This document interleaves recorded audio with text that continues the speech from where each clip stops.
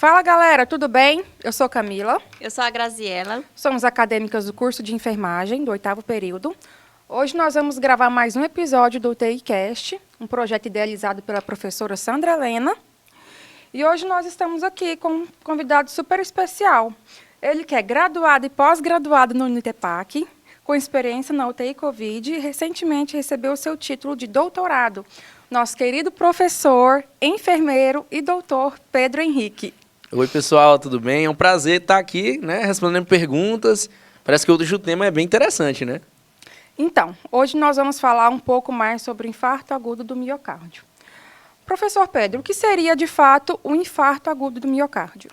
Ótimo. A palavra infarto, né, e agudo do miocárdio justamente nos dá uma ideia do que seria. Basicamente, o infarto ele acontece quando há uma ruptura ou interrupção de passagem sanguínea. Geralmente está relacionado à parte coronariana do coração, ou seja, aquela que irriga o coração. Então, quando ele deixa de receber um aporte nutricional sanguíneo, acontece justamente um prejuízo no miocárdio, que é o tecido que reveste o coração. É ele que faz aquela famosa contração que a gente sabe, né? Sístole, diástole, sístole, diástole. Quando ele não recebe esse aporte nutricional sanguíneo, né, oxigênio, o sangue em si, ele começa a ter um prejuízo. E aí a gente percebe algumas camadas. Por exemplo, a primeira camada é quando ele não recebe sangue, ele diminui o aporte nutricional de sangue e ele começa a mudar a cor. Se você tivesse a oportunidade de ver um paciente, você veria faixas, ao ponto de vermos a necrose em alguns pedaços do coração. Quando chegamos nesse ponto, nós vemos que o paciente ele não consegue mais bombear o coração. Por quê? Tecido necrosado não passa estímulo elétrico. Então, é a mesma coisa quando, por exemplo, vamos dizer, a ponta dos dedos. Quando a gente começa a adormecer a ponta dos dedos, né, por causa do frio, ou porque a gente sentou em cima, por exemplo, nós não temos estímulos nervosos. A mesma coisa acontece com o coração. Se o coração ele não tem um aporte nutricional de sangue, ele começa a também ter um prejuízo no tecido, no caso do miocárdio. Então, o infarto é justamente quando ele não recebe esse aporte. Não há passagem de sangue.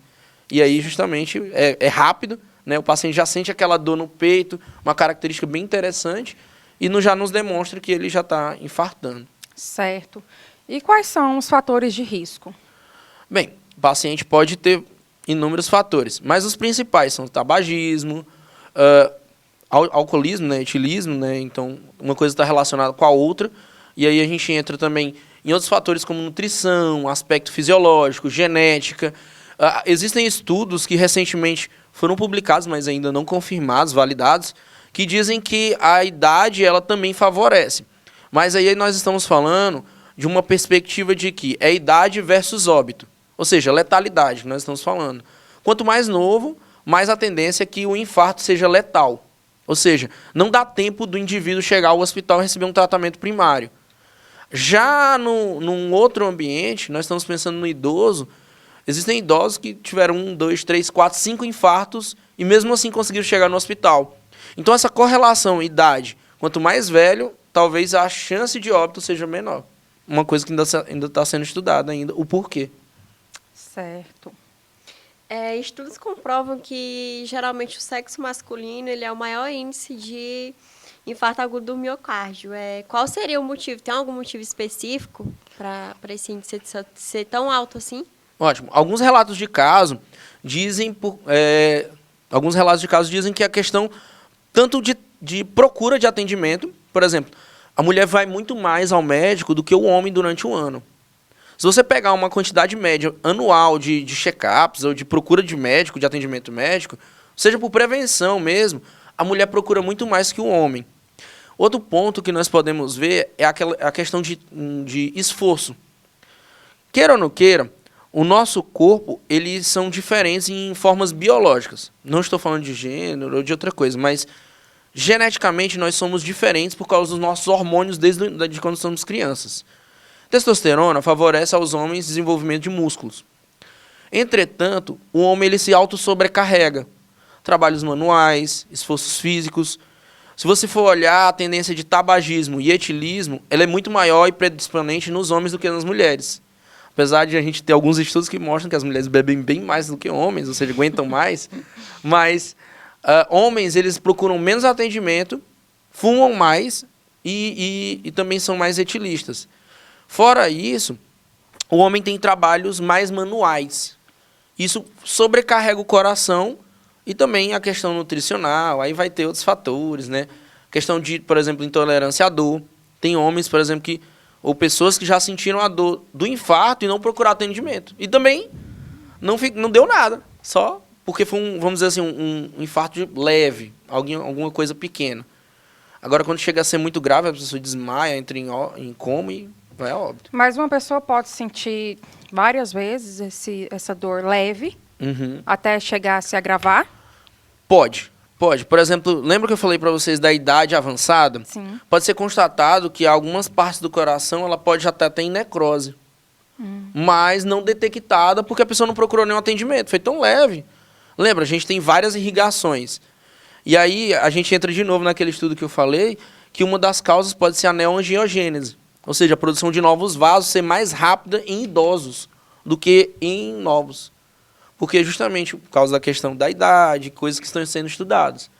Então, quanto mais idoso, parece que eles sentem a dor, mas não procuram nenhum atendimento. E também não tem uma consequência ainda muito mais relacionada.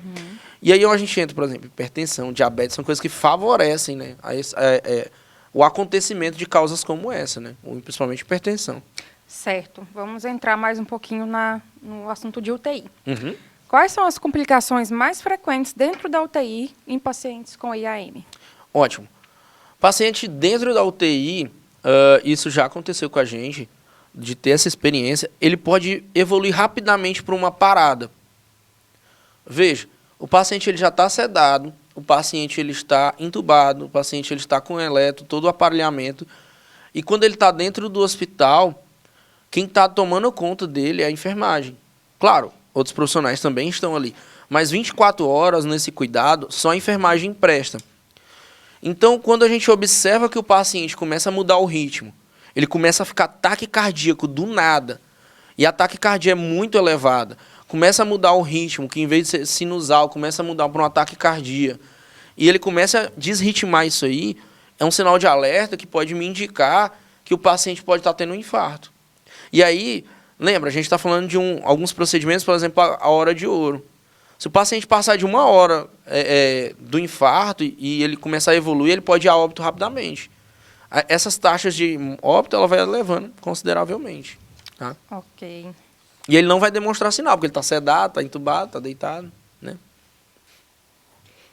Qual é o papel do enfermeiro frente ao trabalho da equipe de enfermagem no atendimento ao paciente com infarto agudo do miocárdio dentro da UTI? Ótimo. Lembra, o enfermeiro ele é um líder. Ele tem que ser um líder. Ele tem que ser o cara que tem que tomar uma conduta. E aí nós vamos pegar um ambiente, no Brasil, diferente de uma realidade no exterior. No Brasil, nós temos uma equipe técnica de enfermagem. Então, é eu e minha equipe técnica responsável por aqueles pacientes naquele plantão. Então, numa eventual demonstração de infarto, né, de sinais claros de infarto, o enfermeiro ele tem que tomar a primeira conduta logo. Professor, ele tem que colocar uma medicação? Ele tem que colocar alguma coisa? Não, ele tem que primeiro convocar, né, o médico ou outros profissionais, tentar estabilizar o paciente o mais rápido possível. Por exemplo, ele tem que ser expert na questão do ECG. Então, por exemplo, na UTI Covid, nós tínhamos o aparelhamento rápido, ele fazia do lado do leito do paciente rapidamente, ficava dentro da UTI, a gente já conectava, já fazia todo esse procedimento. Além disso, a gente já laudava, mandando ele para outro lugar via internet. Então, ele nem saía da UTI para a gente receber um laudo. Ó, paciente infartado, nessa região, nessa face do coração e tudo mais. A gente já apresentava esse laudo para o médico e o médico já tomava uma conduta rápida. Fora do Brasil, a gente fala de uma questão diferente. Por exemplo, na Irlanda. Se os sinais claros de um paciente foi de infarto, por exemplo, mesmo que ele esteja desacordado ou acordado, o enfermeiro pode tomar a primeira conduta de medicação. Nitroglicerina, AAS, desculpa. Ele pode tomar essas condutas porque lá é laudado que o enfermeiro tem essa habilidade. E aí a gente está falando de detalhes. Por exemplo, como é que eu vou identificar o paciente infartado pelo ECG? Lembra que eu falei para vocês no começo que em períodos necrosados não passa impulso elétrico? Sim. No ECG ele vai mostrar isso para mim. Vai desaparecer ondas. Por exemplo, complexo QRS, onda Q, onda P, não vai aparecer. Então, aonde tiver infartado, a linha vai se manter zerada. Não vai passar impulso elétrico. Então, dessa forma, a gente sabe que o paciente ele infartou. Certo. E todo paciente vítima de IAM precisa de cuidados na unidade de terapia intensiva? Ótimo, é um bom ponto. A literatura fala que quando a gente chega num infarto médio e elevado, né, mais grave, ele precisa ser levado para uma UTI para observação e talvez eventual intervenção. Tem pacientes que não precisam, né, mais leve, não precisam de ir para UTI, mas ele precisa de cuidados. E aí a gente, por exemplo, vai falar aqui na nossa situação do regional, que ele pode ser que ele fique numa sala semicrítica ou semi-intensiva, que não necessite dele ficar na UTI, mas ele precisa de observações. Ele precisa de exames para que seja laudado e também precisa de medicação, que às vezes só é ofertada intra-hospitalar. Orientações também, né, de repouso. Repouso, E algumas vítimas esforço ficam, mínimo. elas não chegam a ficar desacordadas, né? Sim, ele pode entrar. Repouso, cuidado com a Inconsciência. alimentação, né? Sim, sim. Dieta, certinho. Então, a internação rápida do paciente com o IAM na unidade de terapia intensiva, ela aumenta as chances de vida desse paciente? Com certeza. Paciente que é levado mais rapidamente para uma unidade hospitalar, ele pode receber um apoio muito maior e ser detectado de uma maneira muito mais rápida do que se ele tivesse em casa, por exemplo. Lembra, existe aquelas questões, o paciente pode estar infartando, ou tem um microinfarto, né? Em casa, e não sentir uma dorzinha mínima, fica lá, ok. Tá, mas a chance de dar mais zebra, né, vamos usar um termo informal, de dar mais zebra, dar errado, é mais em casa do que no hospital.